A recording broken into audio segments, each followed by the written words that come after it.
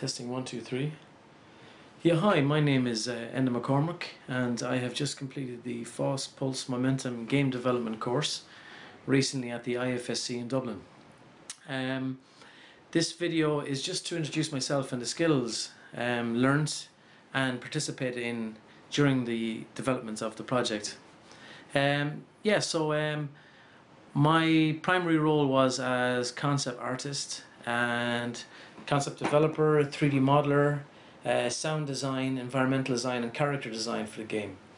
So initially when we came together as a team, we had a team of 5 members, and initially I came up with the idea for the game, and we worked on the genre of the game and how the game would play out in first or second person and the look and style and colours of the game. So the first 2 or 3 weeks involved me drawing out traditionally with pencil concept sketches of the environment and of the characters and how it would look.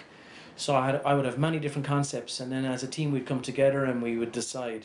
Luckily for our team, they were very decisive, so we made decisions quickly on what characters and environments we needed.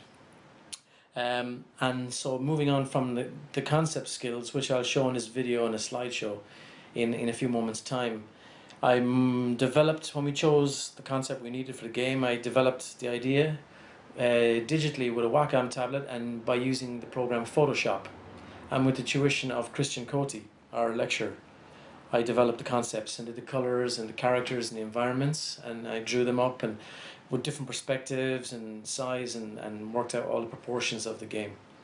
So after this initial stage, when we had the concepts decided on, I moved on to 3D, where I used a program called 3D Max and Maya to and Vue. I also used Vue as well to create the environment.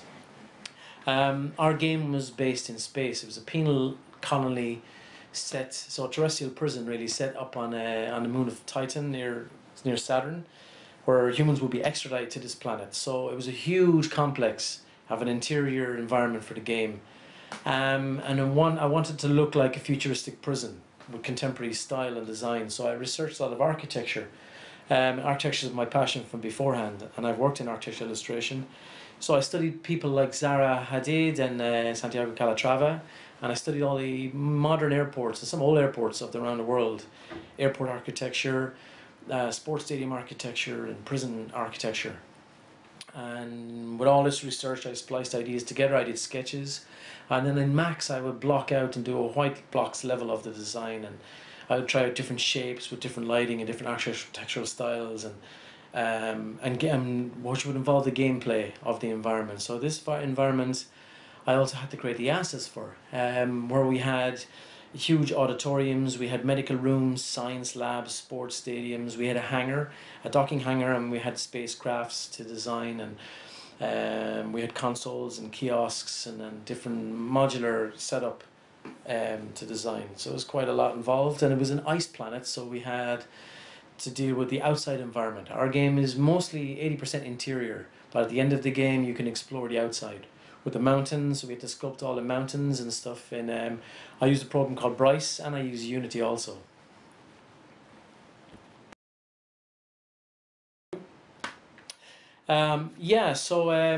So after creating the environment, and the environment was quite huge. It was something like 150 meters, 200 meters by 60 meters, and we had to work in real world units. So all that was set up in Max.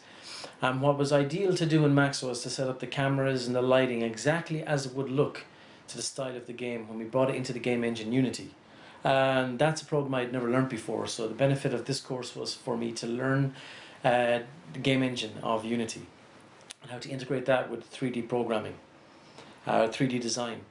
So when I had all the lights set up, I animated, and I set up different animations for our team to come and have a look at, and we could look through the gameplay of the game, have virtual walkthroughs of the game before it was even built in Unity. So that was very beneficial.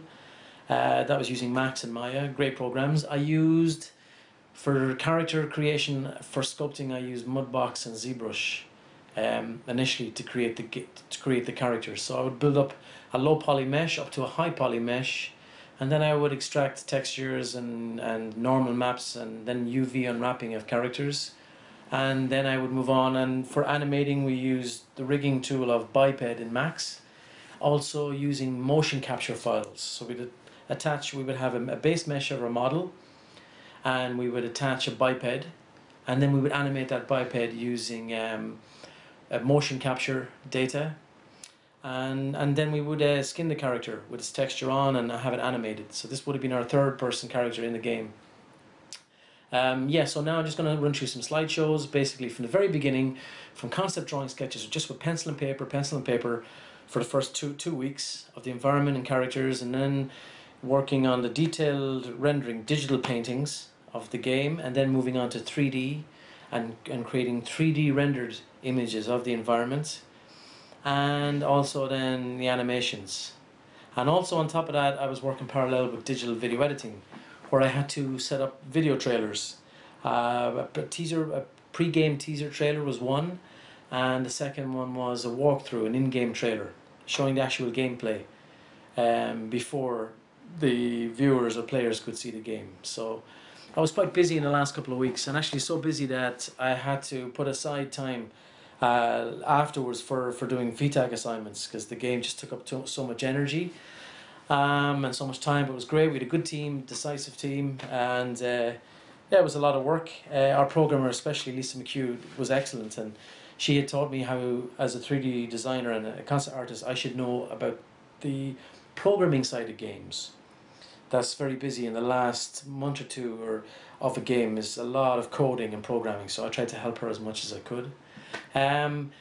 Yeah, so I'm just showing you through some flicks here, you can see, and some final 3D images of the game, and some reference of architectural work. And thank you for watching this video, and it's been a pleasure.